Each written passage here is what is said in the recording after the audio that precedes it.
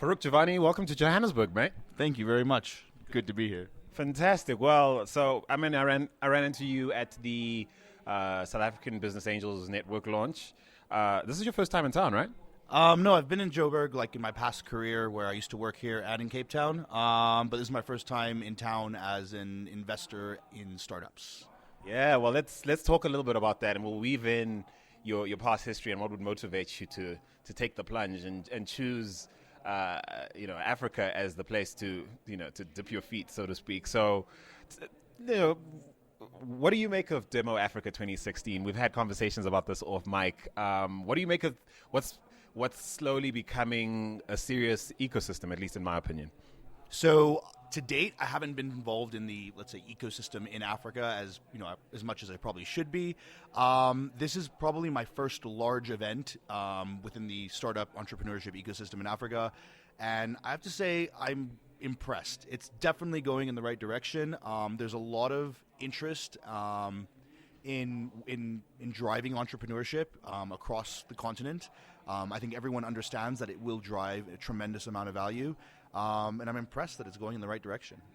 And so that's saying a lot given your background. You've got a consulting background. You spent a lot of time in Silicon Valley. You actually just fresh from a stint at Stanford. All impressive things. So what are you most impressed about, given the benchmarks you've obviously been exposed to elsewhere? So I think, I think the quality of entrepreneurship is improving. I've been meeting with entrepreneurs over the last 3 years while I've been in East Africa, and I'd say I can see it improving. And I can also see that there is a lot of more interest from angels and investors locally, not just internationally, in investing in African entrepreneurs and growing the space. And it's not token, right? No, I think they're looking at it from a business perspective. So it's not like, let's invest in this because it's charity or it's social impact only, but they're looking at it from these are good businesses, there's viable, profits that will come out of these investments, and that's why we're going to do it. So there are a lot of you, consulting types that leave the business, and then sort of turn commentators on the tech ecosystem. Not many are like you, serious about becoming angel investors. In fact, you've put your money where your mouth is. You've invested it in dundo.com as well as saiba.co.ke. What has been your experience in terms of transitioning from essentially consulting around helping other people manage their resources to managing your own? So I don't think my transition into investing was, let's say, perhaps as structured as it needed to be. I kind of made investments and said, all right, did I make the right investments? Did I do them in the right manner? I feel confident in the ones that I've made today. I think they're good investments. I think there's a lot of potential. But that transition has kind of been a desire to help build companies and have a vested stake in it. Yeah. When you're a consultant, you fix everyone else's business and then you leave and then it wasn't yours. And typically people hate you after you're gone. I think they like me, but maybe others. Well, I suppose. It depends, again, who you are in the organization. Typically, if you're in the C-suite, they love you. The C-suite loves me. Everybody else kind of didn't like me, but, that's part and parcel of the game, I guess. So when you talk about a structured approach to investing, let's dial back. Okay, let's dial back to you're sitting in the U.S. thinking about which part of the world to exercise, to flex your angel investment wings. And then you pick Africa, and then later pick specifically Kenya, and then specifically these businesses. Tell me about the sort of science or lack thereof that was applied to each process. So I think it didn't start in the U.S. I mean, I've left the U.S. 10 years ago. I lived in Asia for 5 years. I lived in the Middle East for a couple of years, worked across, 18 countries. Somewhere along that process where, you realize I'm a consultant, I help everyone else. I don't necessarily have anything at stake. I can't show anything for all the work I've done over all of these years. I started looking at, where do I want to settle? Where do I want to invest? Where do I want to grow my future life? It was Africa. That was kind of an easy answer.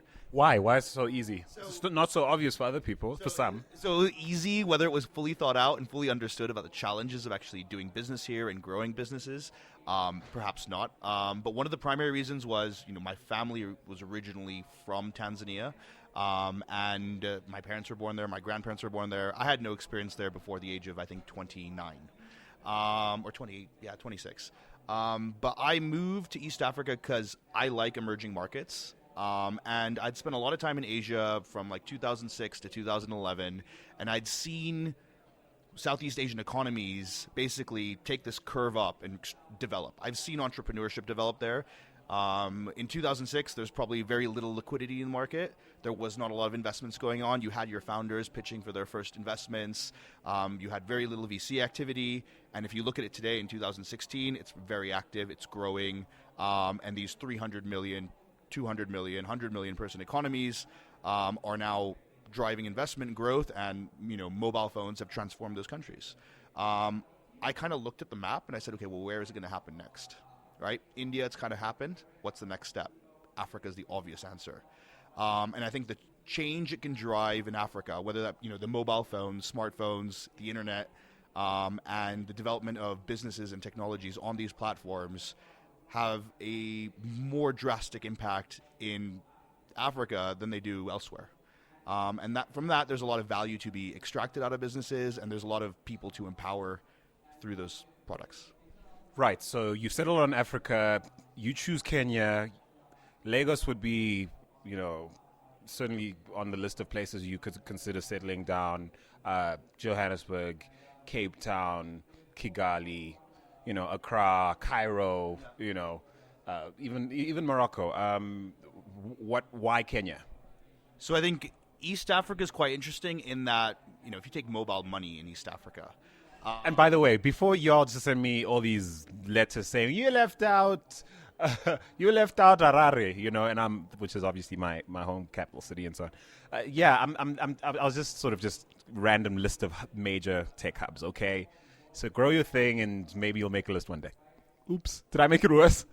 No. So I mean, you look, there's 55 countries, and everyone, when you say Africa, there's 55 countries across this continent, and they're all different. They're all very, very different. Yeah, the difference between Nairobi and Dar es Salaam, Tanzania, completely different.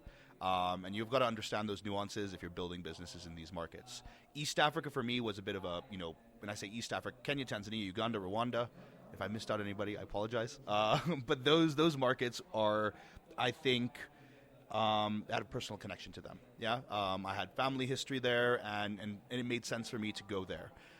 In terms of Nairobi specifically, so Nairobi and Kenya, I think, has a great deal of human capital, and that's very important in doing this. And governments and economies around Africa, countries around Africa, need to understand that money follows talent, and developing talent requires investment in education. And if that investment in education is happening evenly across Africa, everybody would have the same attention as Nairobi, Lagos. Yeah, but that's not the case. And I think that's kind of the challenge. Nairobi is, I think, a great starting point for all of East Africa. You've got great human capital. You have investment that has gone in the past. So you have iHub, you have Nairobi Garage, you've had accelerators based out of Nairobi. And if there is a fund in East Africa, they're present in Nairobi. Now, not to say that there's other countries that are not driving that investment. Rwanda has completely changed a lot of the legislation around capital gains and investments to make it appealing for investors to invest in Rwanda, especially in entrepreneurship, in tech. And they've created a government fund to do so. I think the question for me is, how do these African countries work together to actually build an overall ecosystem? Because while Nigeria may only care about Nigeria because they have lots of people in Nigeria, the value is really across a continent. I mean, if you take the U.S., for example, the U.S. has 300 million people with an average GDP per capita that is significantly higher than the GDP per capita across every African country. So if you launch a product or business in the U.S. in one country with one set of legislation, with one set, with one common market, you could expand across a population that has a relatively high GDP per capita. Very quickly. Yes, and it's a lot easier. So if you want to build a business and make money, you do it in the U.S. You wouldn't go and say, let me do it in Nigeria, let me do it in Kenya. Because if I'd launch in Kenya, I've got 40 million people with a lower GDP per capita. So how am I going to extract value? And at the end of the day, all of this investment is, if it's not driven by making money, it's not going to be of long-term value to these economies, to these people, and so on. and I think that's absolutely key. So the question is, how does Africa, whether it be East Africa as a region, whether it be Sub-Saharan Africa, whether it be certain regional blocks, work together to make it appealing for an investor to invest in Tanzania, invest in Rwanda, but expand their business beyond that single market so they can actually gain value out of the money that is invested. You're sort of betraying your hopes as in terms of where you'd like to see the continent go, in terms of the corporate tech ecosystem maturing, and certainly giving the investments you've made so far a chance to scale successfully across a number of different countries, right? Yeah, totally. And I mean, I have made investments specifically in a space where I believe you can scale across countries. So we take Madundo, for example. Madundo is currently East Africa's largest music streaming service with a million monthly active users. Do we extract value from all those million monthly active users? We are revenue generating, but the big picture is we have more and more people coming onto mobile phones. We have more and more people consuming content through their mobile phones and moving away from traditional forms of media, i.e. radio. So right now we know that on average our users spend 90 plus minutes a month listening to content on our platform. That's 90 minutes they're not on radio. Now, do we have 1 million users in Kenya? No. Ironically, our largest user base today is now in Tanzania. Why? Because of the cost of data. Now, if we're a startup and we only focused on one country, Kenya, we're more likely to fail.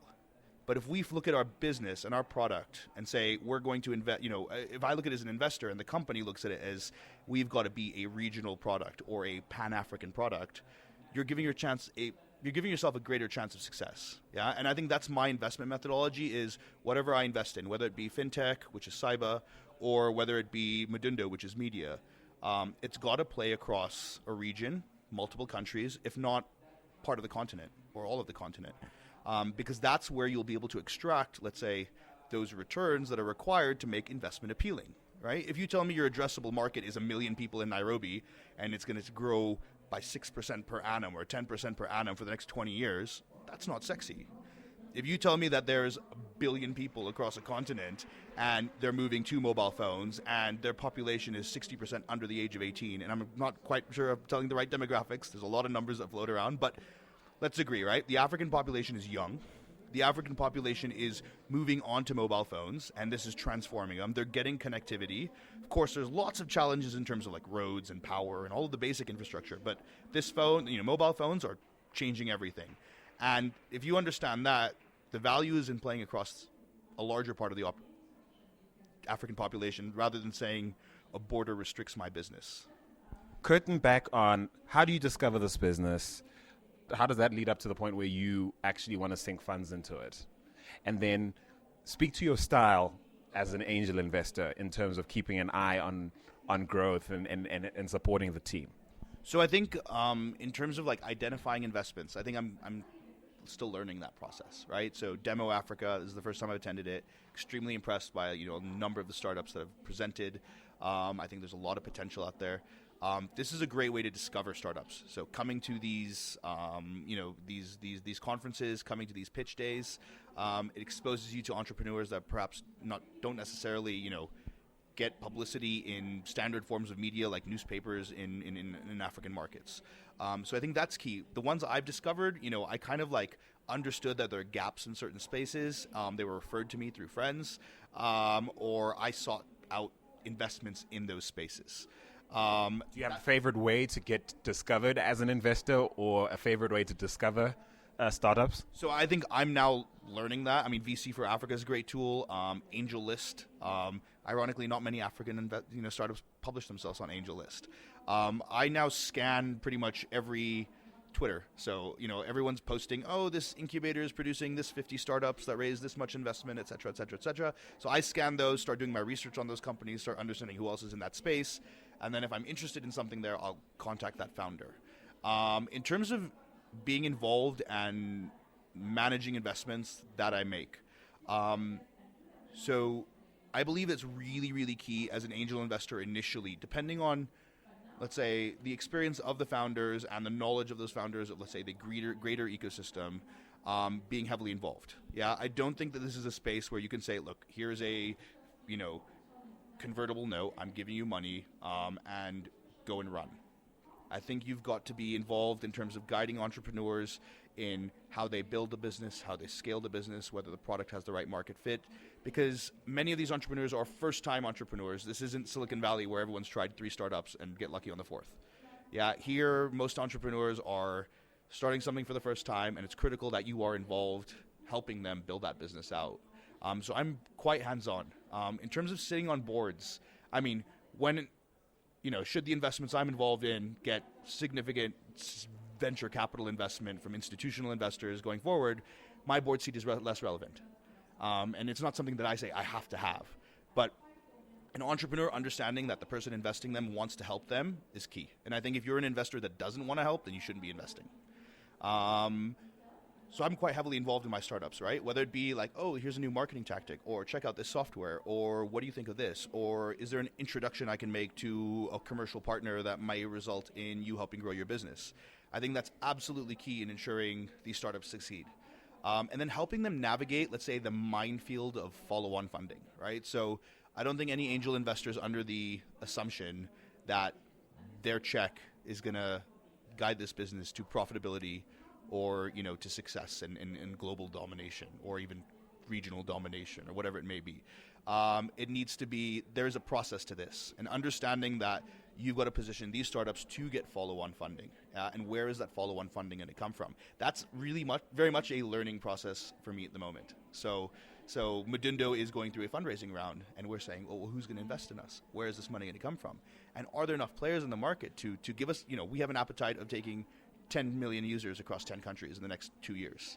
Question is, where are those investors? And in coming to a demo like this, you start to meet them, you start to understand that they are there, but it's something that's going to take time to build this, let's say, large network of investors across Africa that understand each other's deal flow and know where to invest. So let's talk about the angel investment fraternity, if we can call it that, on the continent, and where it's at. What's your sense of how far along we've come in terms of creating a substantial network compared to what you've observed in Silicon Valley? What needs to happen next in order for you to feel the type of confidence as far as asserting yourself as an angel investor and a sense of where everyone else is and who you can quickly pick up the phone to or set up a quick meeting with? And where are we at in terms of that? So I think my involvement in it has been limited to date. I have now realized, actually coming to demo, going to the South African Business Angels Network event, meeting a lot of the African business angels around the market, that there are a lot of people active in the space, but I haven't known a lot of them, and a lot of them don't know me, and I've made some investments too.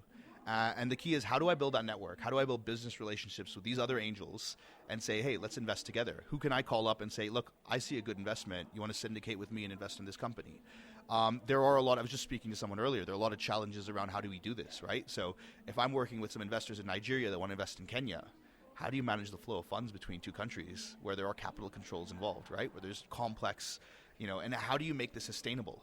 I think these are questions that, if we can answer as a collective angel network, I think the potential is massive, right? People say, oh, well, the liquidity isn't in Africa. There's no liquidity there, right? People don't have money to invest. If you take, the top 2% in terms of in terms of income and disposable income across most of these African countries, I think it puts Silicon Valley to shame. The question is, how do we get them to understand, look, there's opportunity in these spaces, and you can get really, really attractive returns, but you need to operate as a larger team, and teamwork is, I think, a bit key, right? So how do you get people to work together? A lot of the top guys in a lot of top countries have made a lot of money by not being team players, particularly in environments where data is scarce, and certainly the barriers to entry in certain industries that typically deliver crazy returns require, quite frankly, either institutional money or legacy cash that might come through families or that kind of thing, or trust and that kind of thing. So we don't have a culture of, gee, this is a great idea. Let me call up so-and-so and see if he or she would like to be involved. Yeah, I mean, I think that's a challenge, right? I mean, in terms of getting data out there. So something like Demo Africa, how many startups came to Demo Africa? How much money did they raise? Who did they raise it from? Who invested in them? People understanding, look, people are interested in doing this. And let's be honest, right? You've got so many companies coming through here, doing so many different things. if you don't invest around here and you don't invest in the future of Africa, you're going to miss the boat, because it's not about legacy money. Yeah, it's not about, oh, I built this big conglomerate 20 years ago and we're sitting on our little domain. Disruption is coming to this space, and more than disruption, there's tons of room to create value where no value has been created before. Right. Greenfields. Yeah, greenfield. Well, what is everything on the internet's greenfield? There are entire industries that have developed in other markets that have not even developed here, right? And in many ways, you're actually, by investing in some of these spaces, you're creating value, not even disrupting. In the same breath, there is a lot of hype around, there is a lot of overhyped enthusiasm around growth in the tech and innovation space on the continent. What would you say is one of the most overhyped spaces you've encountered, through your personal, I mean, it's probably subjective on some level, but I mean, through your experience in sort of analyzing where opportunities might or might not lie, what's overhyped at the moment, and what, perhaps, in your opinion, is a space that's totally flying under the radar? Ooh, that's an interesting question. So I think in terms of hype, right, I don't think anything's overhyped enough at the moment. Really? Yes, exactly. So look, globally, right? Globally, the world goes through certain waves, right? So it's fintech this year in Silicon Valley. It's starting to be AI, and now. It was IoT last year, right? And all the money flows into different verticals depending on the year and what's hot, and everybody's chasing after. If you look at it in Africa, there's just not enough money flowing into the entire space. So if you say it's overhyped, look, there's a few of us that are overhyping a space and saying fintech's the next big thing. So right now, what's the big thing in Africa? Fintech, right? I've invested in fintech. Is my investment better than someone else's investment? You know what? That's for my entrepreneur and the person I've invested in, the business that's being built out, to prove. Yeah, to build something that's viable. The investments that succeed are the ones that are driven by founders that figure out how to make it work, and that's what's key, right? Are we overhyping something too much? I don't think so, because I think we should hype the entire continent continuously until there's sufficient investment to actually drive entrepreneurship, and I don't think that's there yet, right? So we've just said we've got angels that are investing, and there are more angels, and there's structures coming around this to grow angel investment. Are there enough VC funds? Nope. Now the challenge for VC funds are there enough exits? And that's key, right? So that ecosystem has to build out, and it's going to take hype and overhype for, I think, the next 3 to 4 years before you're able to build that full iteration of investment to exit that brings more money into the market and keeps driving investment across Africa. Based on some of what you said, I can see a lot of merit. I mean, I've spoken to quite a few people here at Demo Africa, and I even put to I've even put to some of the organizers that isn't it a problem that we might be promoting a culture of pitch, sound good, and maybe not enough emphasis on having startup founders concentrate on the fundamentals of what make business work, and sponsors walk away with all this great PR, and we look 2-3 years down the line and we can't find a single success story to link to, say, a pitch competition, a hackathon, or anything like that. But some of what you've said really now puts into context the importance of a startup founder choosing to, say, participate in a competition or a program such as this for the exposure, to catch the attention of investors like you, etc. So my question really is to a startup founder considering spending dedicating a lot of time and energy to enter the next competition or enter, submit for the next Demo Africa and that sort of thing. What sort of thing as an investor sitting in the audience or watching them online through a live stream are you on the lookout for from a that's not legit point of view, or I can dig that? Let me DM that founder. What are the things that to avoid? What are the things to make sure you have included in your presentation of your idea or your business? So, I mean, just going back to like the beginning of your question. My very long. This is podcasting, so I can ask questions as long as I like. But yeah, absolutely. From the beginning, take it where you like it. So my challenge is remembering the whole. So if I miss something, just let me know. But I mean, you mentioned Demo Africa and pitch competitions, and are we overhyping them? And do they potentially, just result in one big week of everybody's interested in this, and then everyone forgets about it?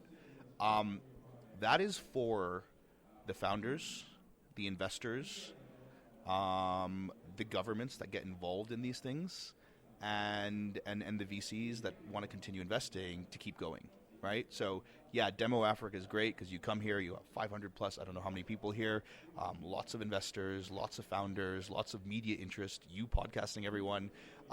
That's great. Question is, can we sustain this, right? Because it doesn't happen here. Here is a startup pitching an idea, saying, I need money to build on my idea.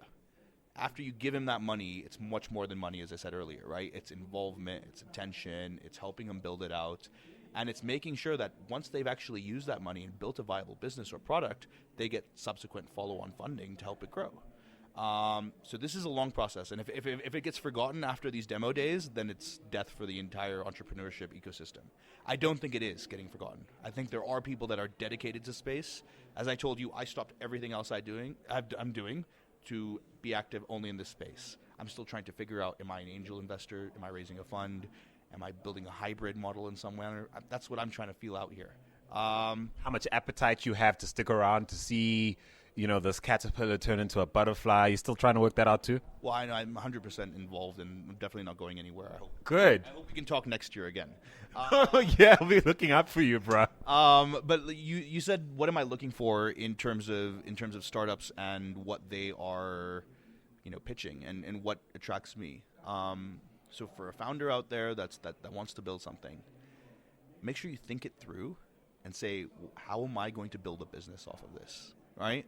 If you're building something that's not supposed to make money over the long term, if you're building, a charity, then you shouldn't be pitching here. Yeah. If you're building a business, have a clear plan as to how I take this product, how I monetize it. Does this product have an addressable market? Is that market big enough? And tell me, look, am I trying to be an entrepreneur because I need to make $1,000 a month to live a more comfortable life, or $2,000 a month, or $5,000 a month? Or am I looking to build something that tackles a region or a country or a much larger problem? And don't tell me you're going to be Mark Zuckerberg and build Facebook. I mean, look, if you really want to do that and you think you can, by all means say it. But build something, build a business, know how to act, come up with an idea where you say, look, I understand what I'm actually building. I understand how I'm going to monetize what I'm building. This is how big my market is. Think through that idea and present it in that manner. Because if you paint the picture of how you're going to make money, then I can paint the picture of how I'm going to invest and make money too. And by all means, I'm investing to make money, not to just help you, take $1,000 a month. Afford new sneakers. Yeah, exactly. No. Get new Yeezys. Agreed, right? Because if you're using it to make, buy sneakers, then no one else is going to invest in the future African entrepreneur. And so let's talk about your other investment, Cyber, which of course is a mobile money play. I'm curious about. I'm curious about how nervous you are about legislative issues that are cropping up in the space. We've seen very recently Nigeria basically outlaw all but three mobile, money remittance services. Recently, we're seeing African countries require mobile networks that had launched mobile money services, register financial sort of institutions in order to to have the right to operate. There are some countries thinking about legislating these huge reserve requirements in order for people to play in the space. And the Bitcoin. Let's not even talk about Bitcoin and whether it's even considered money. Never mind legal tender in some places, and then the clear need from an innovation point of view in terms of delivering what Africans need in order to just make their lives that much easier to pay for things and get around and stuff. And so here you are, invested in this cyber thing. His face is changing slightly, and I want to know how nervous you are about, because you're obviously bullish on fintech and mobile money, but you must have reservations or concerns, perhaps worries even, about where it's all going corporately on the continent in terms of this. So I think this is a very long answer of all your drawn out question again, but I'm trying to make it super clear what I'm trying to ask you. So, which is you've invested money in this space, and some legislative changes can completely screw that up. Some changes in economies can completely screw that up, and it's really competitive. And I was trying to be nice. no, but that's what it is, right? Look, 55 countries, 55 different sets of legislation. All of them have one thing in common. A large portion of the population is unbanked. So they know they have a problem. Now, how each different country decides to solve that problem is up to them, right? So Nigeria has their way of doing it, right? And the mobile money platforms that exist in East Africa, that where 50% of Kenya's GDP is transferred across mobile money. I mean, that puts Apple Pay and Google Pay to shame, right?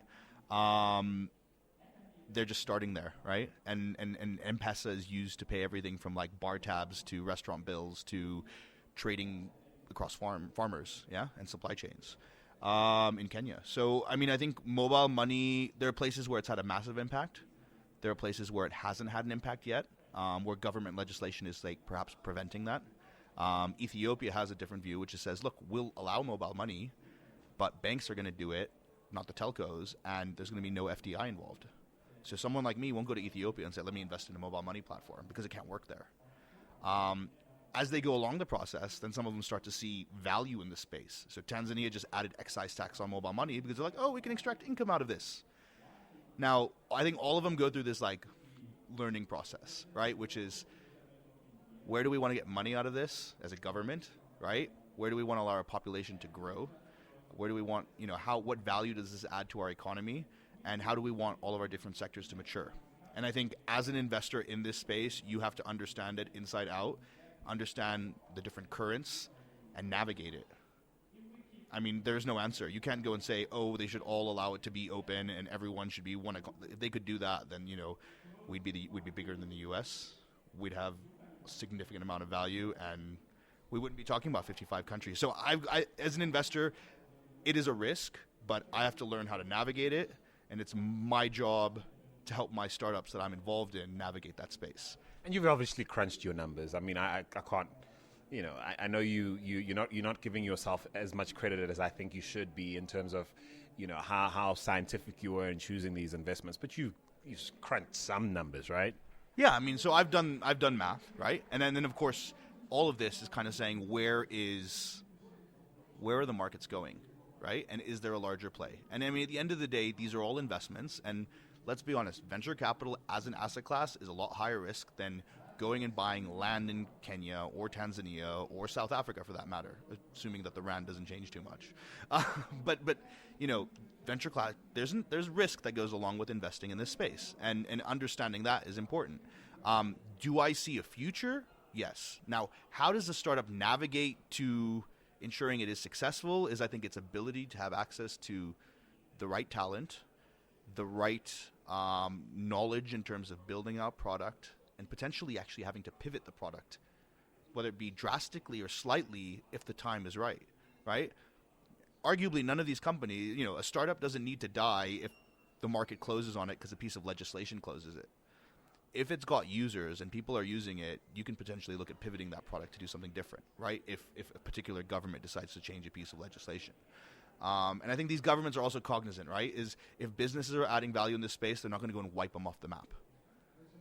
Well, they can't. Well, some think they can, but they obviously misunderstand platforms and how they work. And if they do it, then the consequences are seen in terms of inflation rates and challenges within the economy and eventually in elections, and that's the whole value of democracy. So now, give me some insights into what sort of, what size portfolio you need to build as an angel investor for this to be.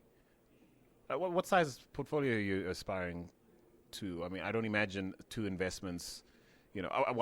Supposing you picked the two unicorns on the continent, I suppose you'd be good. But I mean, even if you had, you probably needed to diversify somewhat. What's your approach to diversification and how big your portfolio needs to be? So I think a significant number of more investments is key, but making sure that I'm able to provide the time and knowledge required to help, make these investments succeed. Am I looking to make 500 investments in the next year? No.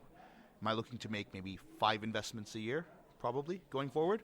But then I'm also looking and saying, well, how do I, as an angel, my strength is limited, right? It's limited to the capital that I personally have to put in.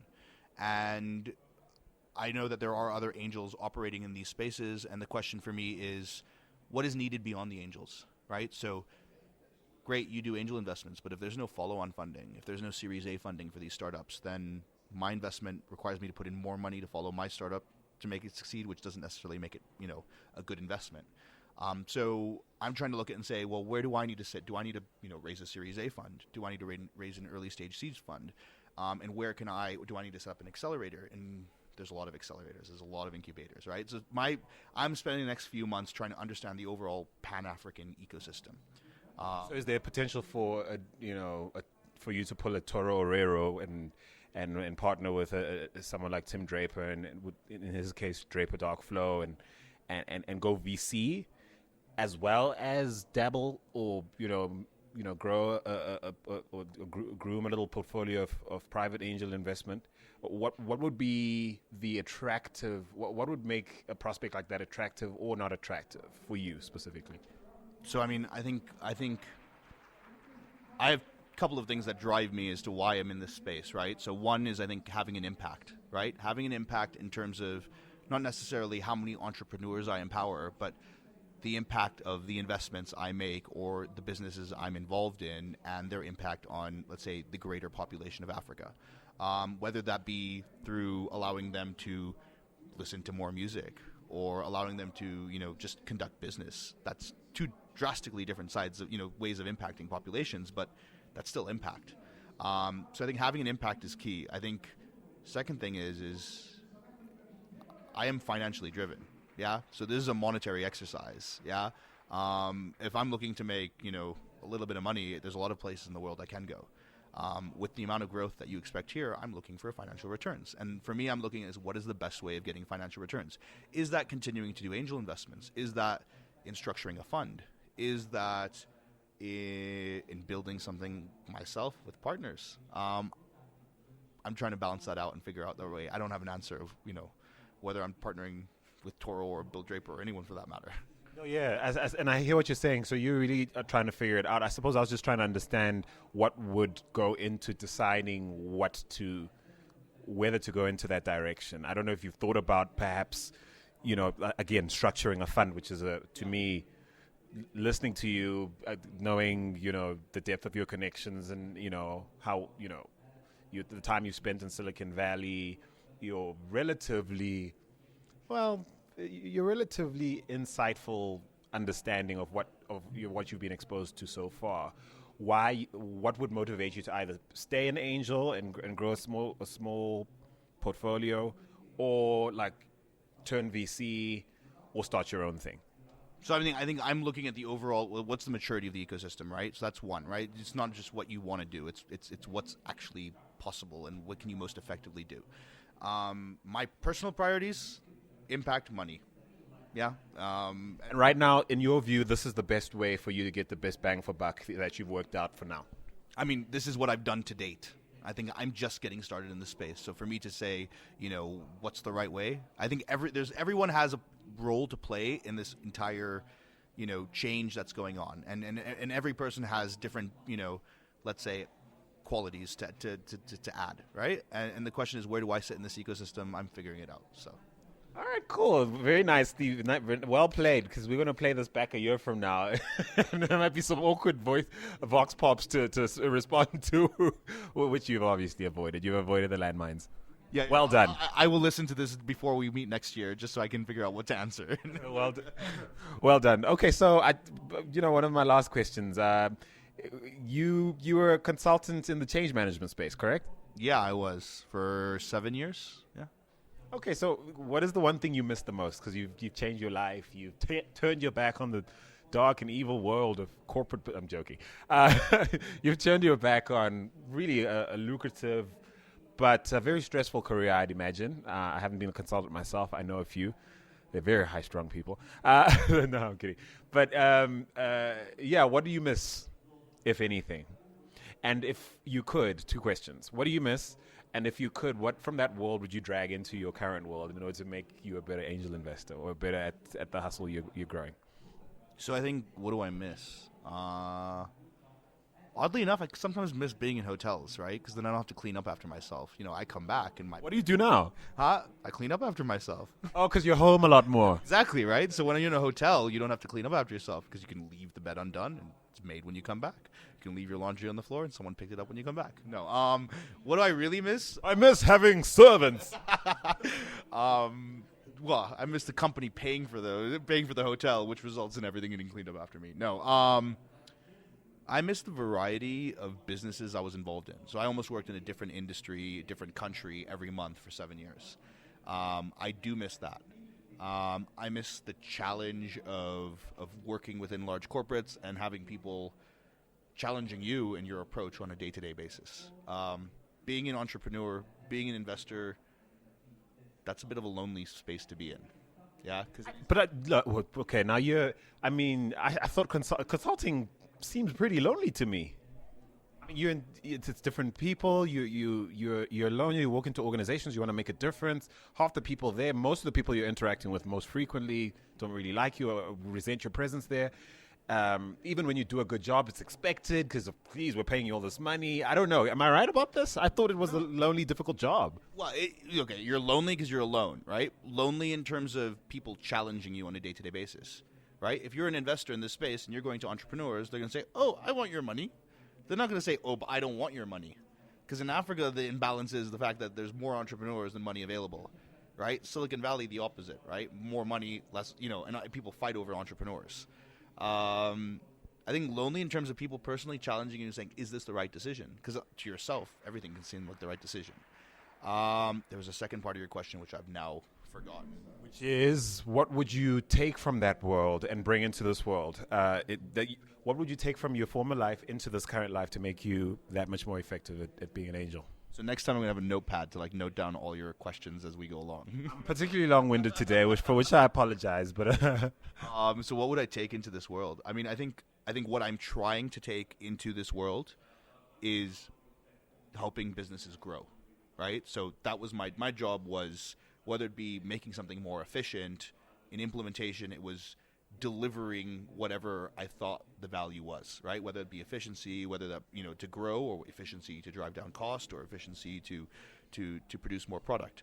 I think I'm trying to do the same here, right? It's a completely different space to do it in, right? So from working on bottling lines and battery plants and mines and construction sites and telcos to working with young entrepreneurs that are in some cases growing their first business or scaling to a certain level for the first time or second time, in much more challenging capital conditions than the billion-dollar corporates I used to work with. I think applying that knowledge into this space is perhaps the one thing I'd like to do, and I think that's where I can possibly bring the most value as an investor and a participant within the ecosystem. And so there's a question I completely forgot to ask, but I must, because I don't know how frustrated you are by the fact that 1 million users in the context of Silicon Valley and a startup you could have backed there is like an insane amount of traction, right? And I want to know whether the fact that the type of value put on a business that is able to engage that many users, in the case of Mtundo, but not attract the kind of investor interest and maybe money that it would had it been a Silicon Valley endeavor. Is that down to the business fundamentals of the value or the prospective value that you could extract from 1 million African users is fundamentally different to 1 million users in any part of the developed world? Or is it just people looking down their noses at African innovation and not valuing it on the same on the same terms as they would innovation in more developed parts of the world? So this is a heavy question, yeah? It is a bit heavy question. For a last question, but we spoke about this off mic the other day, and I wanted to put it down. I have to ask you. Yeah. I think it makes for an interesting.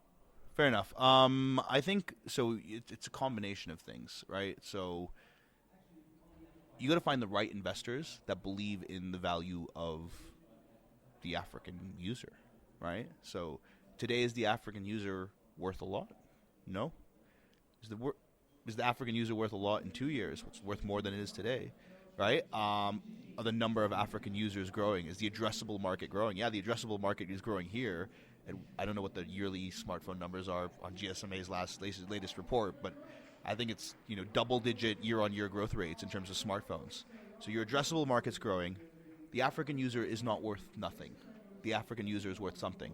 Now the debate is, how much is that African user worth today? How much is that African user worth a year from now? And how much that African user is worth? How much is that African user worth 5 years from now? I'm investing in the future. I'm not investing in just today. I know that there is value here. I know that value is only going to increase. And it may be single digits, it may be double digits, but it's going to be greater than a lot of other parts of the world. There's less competition here. So if you're an investor and you're looking at, hey, do I invest in the African space? Let's be honest, you don't have Spotify, right? You don't have Apple Music. 3% of the African population is using Apple. And it's not going to change anytime soon unless they decide to produce a $30 smartphone, which I don't think they would. So at the end of the day, there's less competition here. So if you invest, you're more likely to succeed. And I think you have investors that are called, everybody here standing in this room in Demo Africa understands that to a certain extent. Does the outside world fully understand that? No. But I think that's a process. That's a process of hopefully everyone listening to your podcast. Most of them, I have to say, streaming via their Apple devices and not downloading, which tells us something about the at least the affluence or the level of the level of affluence of our audience. Yeah, and I mean that's good, I guess, right? I hope a lot of people outside of Africa are listening to this. I hope people are understanding that, look, this place is changing. There's a boat to catch. There'll be a couple of boats. This one's a really big one, I think. If you get in early, there's a lot of opportunity. I think there's a lot of growth to be had. I think it'll take time to mature. I don't think if you're here for like one quick win, I'll make $1 million and go away. No, it's not going to happen like that. And there's a lot to understand. So you don't come into this market and just say, oh, I'm the big boy and I'm going to go and play. And no, I think it's taking time to understand what's happening, the nuances of every market, the challenges. Because if you're not careful, you come in, you get burned, then you run away and say, oh, I lost my money in Africa, which is not good for the overall ecosystem. And then we don't want you here. But there is, so yeah, would something like Madundo attract a lot of attention in the Valley? Probably, right? With 20% month-on-month growth, million users, pretty sticky, yeah. Now the challenge is these users are not, they're revenue generating, but they're not significantly revenue generating, right? And it's going to take time to get there. Our job is to keep going, to make sure we find that follow-on investment, keep going, and when everyone else wakes up, we're ready there, and we've already won the market. And that's what we're trying to do, is win the market early, and then the value is there. Well, you're certainly one of the your advocacy for the tech space on the continent is quite refreshing. Your humility to the complexities of operating in this space is also great. I mean, there's a great balance of enthusiasm and caution and excitement and care that you bring to the table. It's been fun chatting, man. Thank you very much. It's been good. Yeah. I'm very pleased.